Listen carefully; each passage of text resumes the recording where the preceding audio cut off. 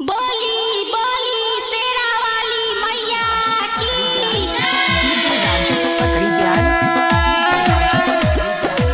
DJ Raju तोरे नाम जपै छौ सब शेरा वाली अम्बे भवानी, शेरा वाली अम्बे भवानी, तोरे नाम जपै छौ सब प्राणी, तोरे नाम जपै छौ सब प्राणी।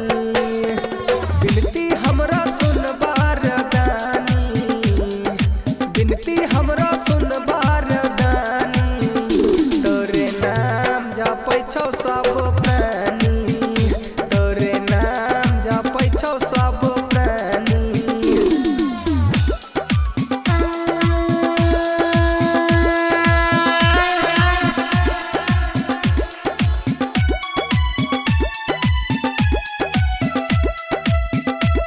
Maithili star Gupta music studio कसमा मरार। तोहर आरती चांद सूरज उतारो, पवन रोज तोहर अंगना बहारो, अंगना बहारो, अंगना बहारो।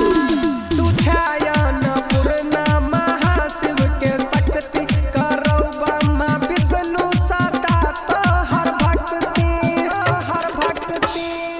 तू ही लक्ष्मी तू बिना पानी, तू ही लक्ष्मी तू बिना पानी, तोरे नाम जपै छौ सब प्राणी, तोरे नाम जपै छौ सब प्राणी। शेरा वाली अम्बे भवानी, तोहर नाम जपै छौ सब प्राणी, जपै छौ सब प्राणी।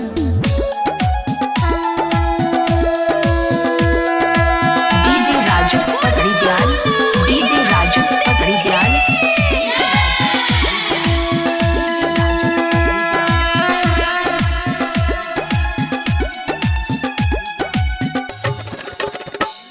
तू ही सुख करनी, तू ही दुख हरनी, तू ही मैया श्यामा, तू ही जग जननी, जग जननी।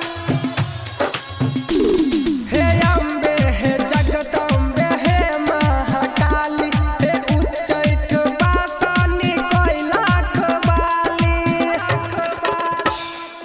रूप छौकाते को भवानी, रूप छौकाते को भवानी, तोरे नाम जपै छौ सब प्राणी, तोरे नाम जपै छौ सब प्राणी। शेरा वाली अम्बे भवानी, शेरा वाली अम्बे भवानी, तोरे नाम जपै छौ सब प्राणी, तोरे नाम जपै छौ सब प्राणी, जपै छौ सब प्राणी। बोली बोली शेरा वाली मैया की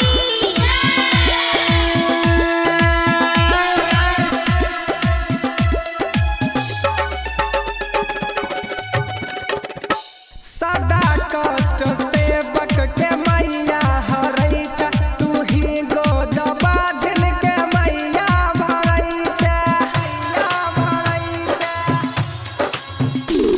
नै ककरो मदर छै तू खाली पकेल, जे मंगलो से सब तू वरदान दै छै, दान दै छै।